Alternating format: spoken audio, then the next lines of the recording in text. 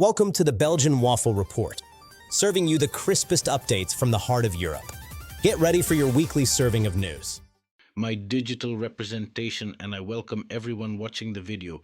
Grab your waffle, pour yourself a glass of Trappist, preferably one from a monastery that's still open, and buckle up because Belgium has been absolutely unhinged this week. But then again, when is it not?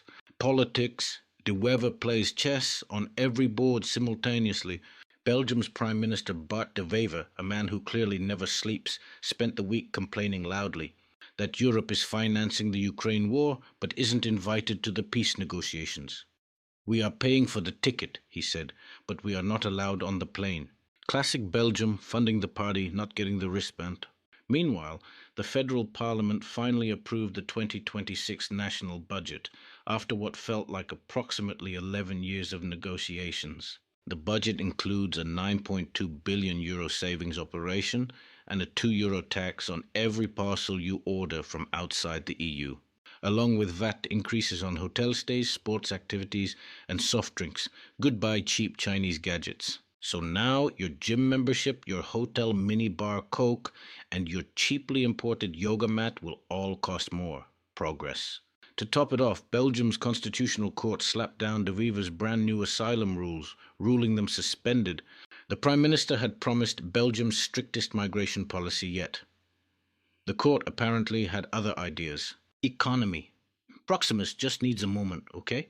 Belgium's beloved national telecom provider Proximus had another spectacular meltdown this week. TV, fixed internet, and mobile internet all went down simultaneously. For around 90 breathtaking minutes, roughly half of Belgium's Proximus customers sat in complete digital silence, forced to interact face-to-face.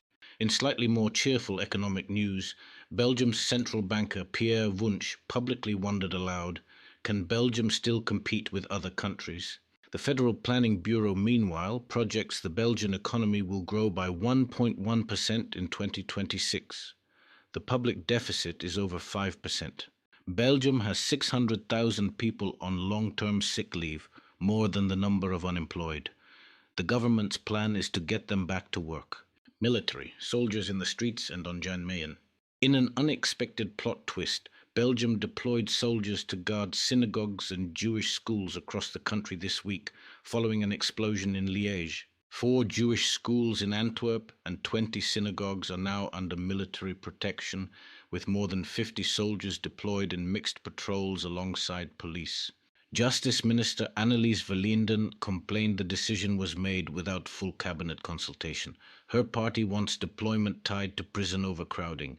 On a more adventurous note, a Belgian Air Force of 400M transport aircraft completed a supply mission all the way to Jan Mayen, a remote Arctic island. Nobody asked why Belgium needed to supply an Arctic island at 71 degrees north, but we respect the energy. Defense Minister Theo Franken confirmed Belgium will not join US-Israeli operations against Iran, but will provide defensive military support. Culture, Eurovision, drama, and artistic protest. 170 Belgian artists signed a letter condemning the decision to participate in Eurovision 2026 because Israel is set to compete. Meanwhile, the sports streaming platform DAZN announced it had no choice but to let its Belgian broadcasting contract expire due to regulatory hurdles. Art, Magritte, Dali, and women who were ignored for centuries. Belgium's new World Cup away kit was unveiled, and it is arguably the greatest football shirt in human history, at least philosophically. The sky blue shirt carries the inscription, "This is not a shirt," a direct nod to René Magritte's iconic 1929 painting, The Treachery of Images.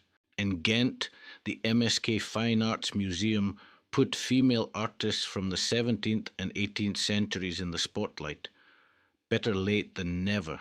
And an employee at a Ghent second-hand shop rescued a Salvador Dali artwork that was moments away from being sold for a bargain bin price. Sports, Red Devils, World Cup prep, and Spanish supporters.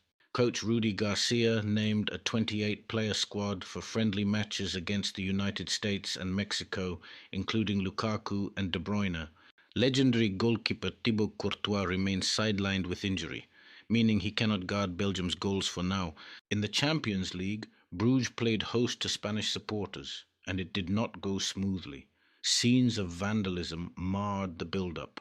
Religion, commemoration, synagogues, and a solemn Sunday.